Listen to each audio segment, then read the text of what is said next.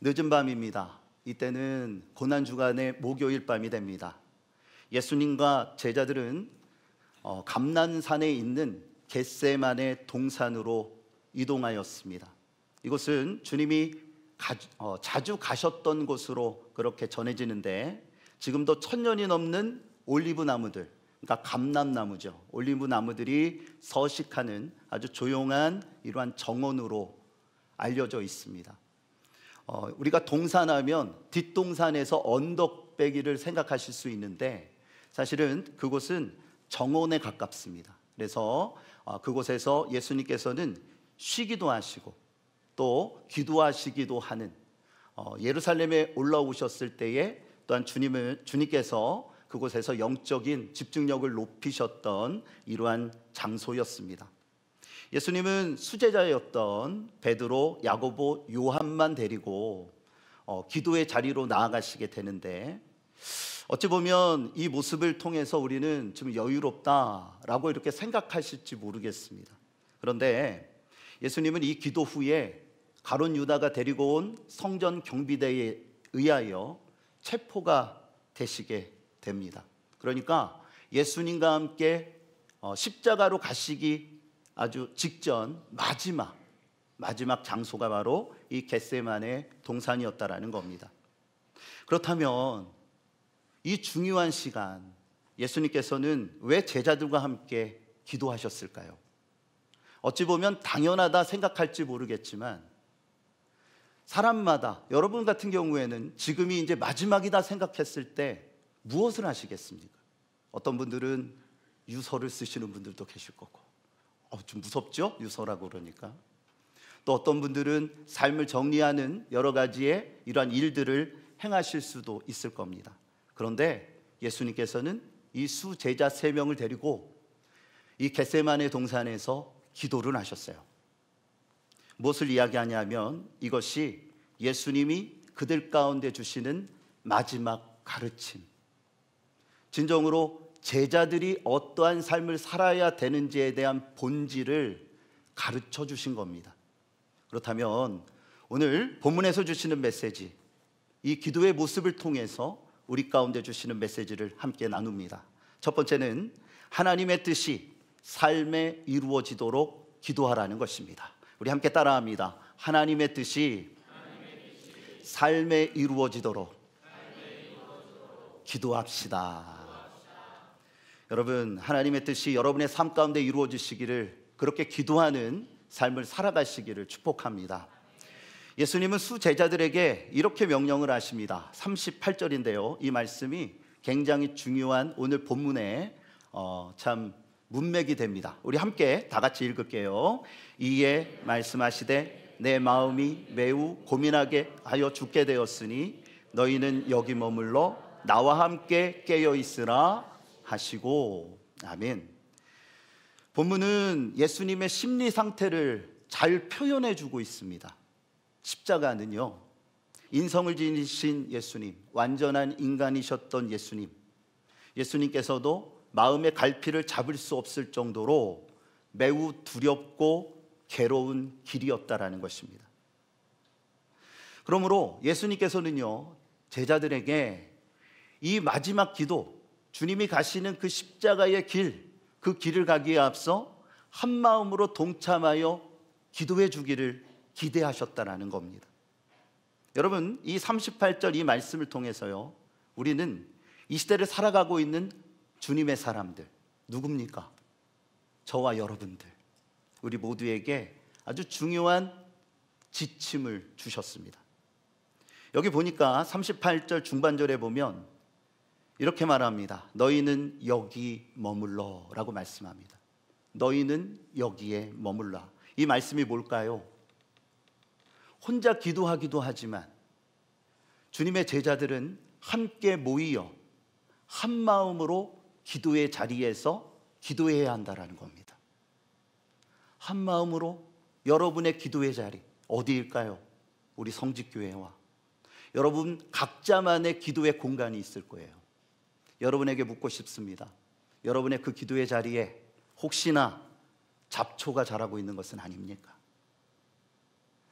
사람들이 많이 다니는 길에는 잡초가 별로 없어요. 그만큼 잡초가 자랄 공간, 시간이 없기 때문입니다. 그런데 나의 기도의 자리에 잡초가 자라고 있다는 건 뭐예요? 그 자리를 지키지 않았다는 거죠. 그 자리에 머물며 기도하지 않았다는 증거겠죠. 여러분은 어떠십니까? 바라기는 여러분의 기도의 자리에 하나님의 능력의 역사가 나타나고 주님을 만나게 되고 주 안에서 놀라운 응답의 역사를 받아 누리는 여러분의 삶이 되어주시기를 주님의 이름으로 축복합니다.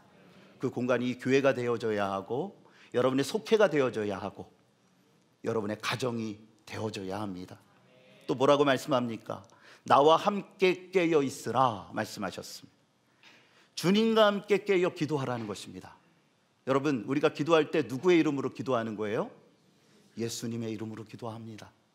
주님의 이름의 권세를 믿고 주님의 이름으로 기도하며 나아가는 것, 예수님과 함께 연합하는 것, 그분 안에서 깨어 기도하는 것, 그러기 위해서 우리에게 필요한 것이 있어요.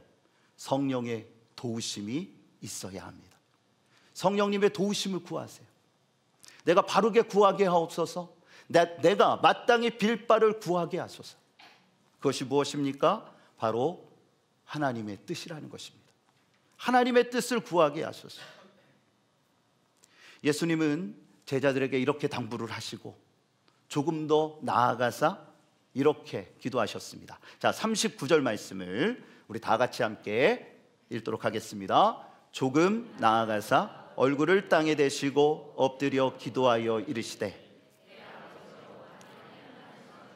이 잔을 내게서 지나가게 하옵소서. 그러나 내 원대로 마시옵고 아버지의 원대로 하옵소서 하시고. 아멘. 이 기도는 아주 유명한 기도문이고 신앙의 삶을 살아간다라는 그리스도인들이라면 누구나 다 알고 있는 내용입니다. 그런데요, 이 기도는 예수님이 이때만 드리신 기도가 아니고 오랫동안 기도하셨던 이 내용을 마태가 요약한 것으로 그렇게 보여집니다. 주님의 이 기도는요, 단시간에 드린 기도가 아니라는 겁니다. 주님께서 공생의 사역을 행하신 것을 3년으로 봅니다. 그 이전부터 주님께서는 기도에 오신 이러한 내용이고, 또한 공생의 사역을 이어가시면서 주님께서는요, 산에서, 우리가 아까 찬송했죠, 들판에서, 또 겟세마네 동산에서, 때에 따라 시간이 주어지는 곳곳에서 주님께서는 이 기도를 드리셨다라는 겁니다. 누가는 이렇게 기록합니다. 천사가 주님의 기도를 도왔고 땀이 핏방울이 되도록 주님께서 기도에 힘쓰셨다. 오늘 본문에 보면 어떻게 기도하셨어요? 얼굴을 땅에 대시고 엎드려 기도하셨다. 이 모습을 볼 때 저는 엘리야가 생각이 납니다. 갈멜살 그 영적 전투에서 이기고 그 산 꼭대기에서 작은 손바닥만한 구름이 이를 때까지 기도했던 그 모습, 그들이 갖고 있는 아주 오래된 전통이라는 것입니다. 예수님께서는 온 마음을 다하여, 땀이 핏방울이 된다는 건 무슨 말이냐면 사람이 온 힘을 다하고 집중하고 힘을 쓰면 모세혈관이 터진답니다. 그래서 피가 땀과 함께 섞여져 나온다라는 것이죠. 무엇을 이야기합니까? 그만큼 온 힘을 기울여 기도하셨다라는 거예요. 그리고 그만큼 십자가의 고통이 컸다라는 것을 분명하게 보여주는 대목입니다. 여러분, 여기에서 우리가 생각할 때 가장 중요한 게 뭡니까? 뭐라고 기도하셔요? 아버지요, 만일 할만하시거든 이 잔을 내게서 지나가게 하여 주옵소서.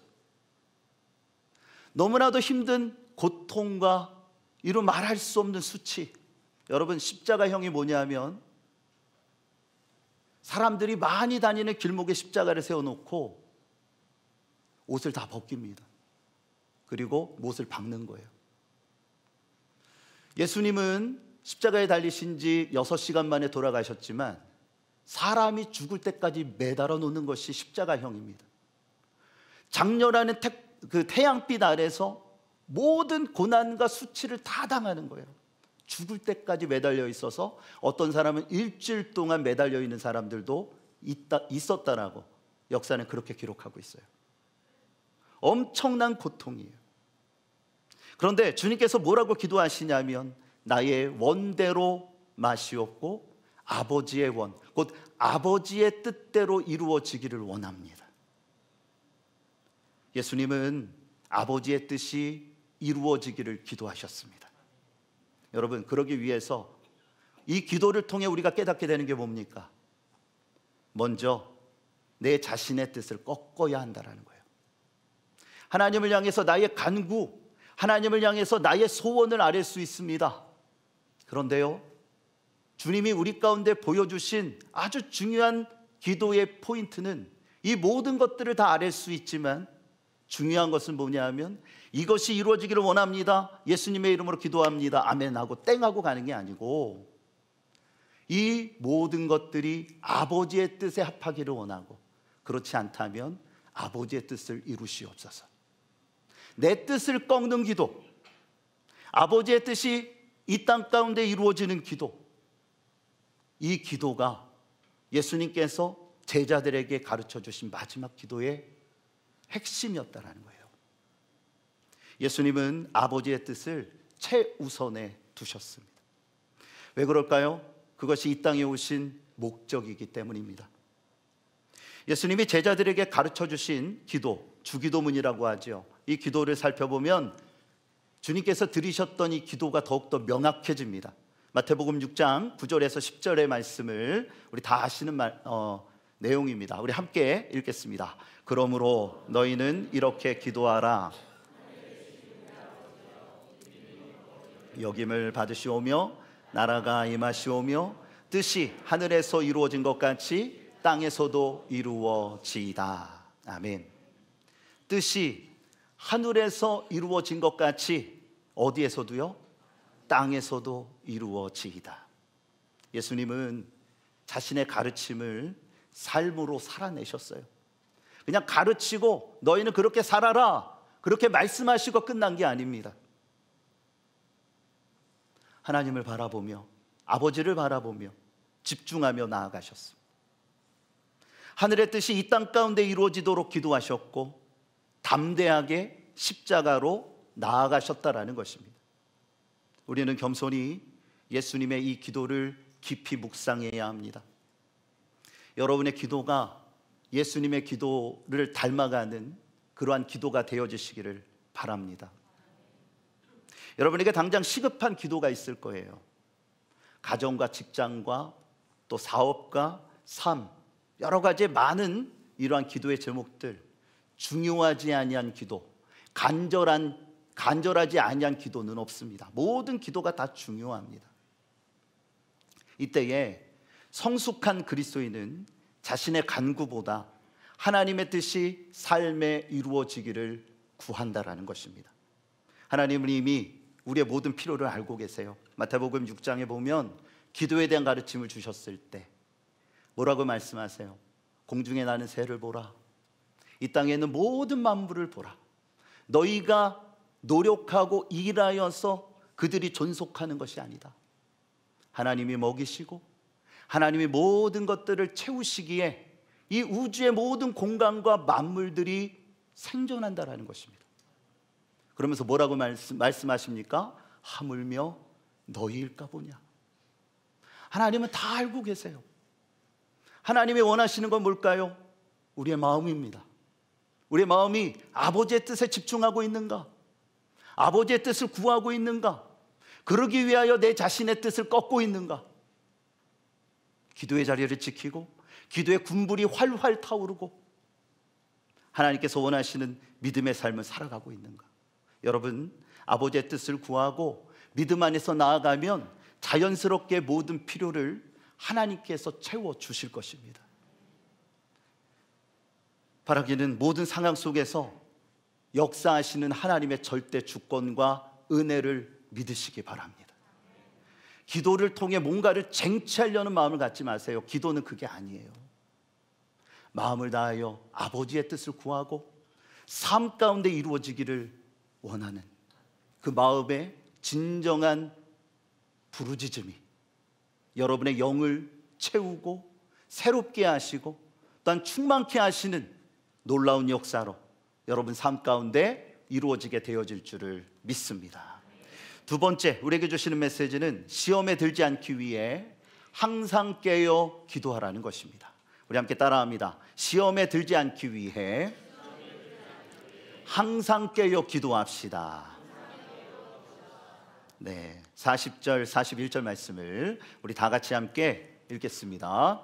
제자들에게 오사 그 자는 것을 보시고 베드로에게 말씀하시되 너희가 나와 함께 1시간도 이렇게 깨어 있을 수 없더냐? 시험에 들지 않게 깨어 기도하라. 마음에는 원이로되 육신이 약하도다 하시고, 주님이 기도를 마치시고 제자들에게 가셨을 때, 이때는 1차 기도를 말합니다. 첫 번째 기도를 마치시고 제자들에게 가셨는데 그들은 몹시 피곤하여 졸고 있었습니다. 자고 있었다, 그렇게 기록합니다. 그러자 예수님께서, 그 온화하셨던 예수님께서 아주 매섭게 질책을 하십니다. 왜 그러셨을까요? 사실 제자들이 피곤함 이해할 수 있는 대목입니다. 아주 깊은 밤이고 본인들이 기도하려고 온 게 아니라 예수님이 함께 기도하자라고 했던 이러한 이유 때문인지는 모르겠지만 몹시 피곤하여 졸고 있었어요. 만약 그들이 조금 있으면 예수님이 가룟 유다에 의하여 체포되실 것이라는 것을 알았다면 그들이 그렇게 졸고 있을 수 있었을까요? 그러지 못했을 겁니다. 이 모습에서 여러분 누가 보입니까? 베드로가? 아니면 야고보와 요한이요? 아니면 지금 설교를 들으시는지 조시는지 정신이 바짝 지금 깜짝 놀라시는 분들은 제가 의심이 갑니다. 여러분 누가 보입니까? 여러분은 어떤 사람이 보이십니까? 저는 제가 보입니다. 내 자신을 볼 수 있어야 합니다. 주님 뭐라고 말씀하십니까? 마음에는 원이로되 육신이 약하도다. 우리는 기도해야 된다라는 걸 압니다. 예수 믿는 사람들 치고 기도합시다, 기도해야 됩니다 라고 생각 안 하는 사람은 없어요. 그런데 여러분에게 묻겠습니다. 기도하십니까? 깨어 기도하고 계십니까? 예수님이 말씀하시는 그 기도의 자리에 머물고 계십니까? 주님을 바라보며 열심히 깨어 부르짖고 간구하고 계십니까? 주님이 물으십니다. 기도하고 있는가? 마음은 원이로되 라는 것은 무엇입니까? 나의 생각은 알고 있어요. 기도해야 된다라는 것을 분명히 깨닫고 있어요. 그런데 육신이 약하도다. 우리의 삶이 바쁘고 우리의 인생 가운데 여러 가지의 분주한 일이 생기다 보면 자연스럽게 줄어드는 것이 영적인 삶입니다. 영적인 시간입니다. 하나님을 향한 집중입니다. 바쁘다 보니 나도 모르게 이렇게 되었어 라고 합리화합니다. 그러다 보면 어떻게 돼요? 기도하는 게 숙제가 됩니다. 부담이 된다라는 거예요. 여러분 우선순위를 먼저 두세요. 기도를 하고 시작하세요. 남는 시간에 기도한다라는 생각을 갖지 마세요. 사탄이 그것을 그냥 내버려 두겠습니까? 결코 그렇지 않아요. 주님의 그 질책은 사랑에서 온 것입니다. 왜요? 앞으로 제자들이 나아가야 될 그 길을 주님은 아시기 때문입니다. 예수님은 이렇게 십자가의 길로 가십니다. 십자가에서 죽으실 겁니다. 그리고 부활하십니다. 40일 동안 제자들과 함께 하실 겁니다. 그리고 승천하십니다. 그런데 제자들은 어떻습니까? 남아요. 사명을 갖고 남을 겁니다. 그들이 살 수 있는 길이 뭡니까? 이 험악한 세상 속에서 이 모든 시험과 이 시련과 이 고통을 이길 수 있는 힘이 어디에서 오는 겁니까? 기도밖에 없어요. 우리도 마찬가지예요. 여러분, 정신 바짝 차려야 돼요. 정신 바짝 차려야 돼요. 기도의 자리를, 기도의 시간을 사탄한테 빼앗기지 마세요. 이만하면 되겠지? 그러면 그 영혼이 죽는 거예요. 이 정도면 되겠지? 타협하지 마세요. 주님을 바라보며 시험에 들지 않기 위하여 깨어 기도하는 우리 교우들이 되어주시기를 바랍니다. 예수님의 질책은 이거예요. 그들이 나아갈 길이 아직도 많이 남았는데 그들은 미흡합니다. 스스로 깨어 의지력을 갖고 기도하지 못하는 상태입니다. 그러기에 주님께서 그들을 질책하시고 시험에 들지 않기 위하여 깨어 기도하라고 명령하신 겁니다. 여기서 시험은요, 헬라어로 페이라스모스라는 단어를 쓰는데, 이 단어는 우리가 시험 그러면 테스트, 어떠한 기말고사, 중간고사 보는 그 시험을 생각하실 수 있는데, 그러한 시험이 아니라 원어적인 의미는 유혹이나 시련입니다. 우리의 삶 가운데 유혹이 온다라는 거예요. 우리의 삶 가운데 시련이 닥친다라는 겁니다. 그러면 뭐가 줄어든다고요? 기도의 시간이 줄어들어요. 더욱더 기도해야 된다라는 것을 알지만 그러지 못한다라는 거예요. 마음이, 모든 것들이 흔들려지기 때문입니다. 예수님이 가르쳐 주신 기도에도 동일한 단어가 쓰이는데요, 마태복음 6장 13절에 보면 이렇게 말씀합니다. 우리 다 같이 함께 읽겠습니다. 우리를 시험에 들게 하지 마시옵고 다만 악에서 구하시옵소서. 아멘. 여기에 보면 시험도 마찬가지로 똑같은 말입니다. 여기서의 시험은 유혹을 말하는 거예요. 사탄은요, 넘어뜨리기 위하여 유혹할 것입니다. 뭐라고 유혹할까요? 내일 하자. 오늘 피곤하잖아. 기도하려면 맑은 정신으로 해야지. 내일 새벽에 일어나자. 새벽에 못 일어났어요. 아유, 하나님 죄송합니다. 조금 있다가 저녁 때 해야 되겠다. 계속 미루는 거예요. 사탄의 작전이죠. 다음에. 그런데 제가 목회하면서 다음에 하시는 분 치고 다음에 하시는 걸 못 봤어요. 여러분, 지금 당장 기도해야 됩니다. 지금이 기도해야 될 때고요, 지금이 은혜 받아야만 할 때예요. 지금 은혜를 못 받는데, 지금 기도하지 못하는데 다음이 어디 있습니까? 여러분의 삶을 여러분 스스로 결정하는 거예요. 우리의 생명은 하나님께 있는 것입니다. 모든 시간을 조율하시고 주관하시는 분은 하나님이세요.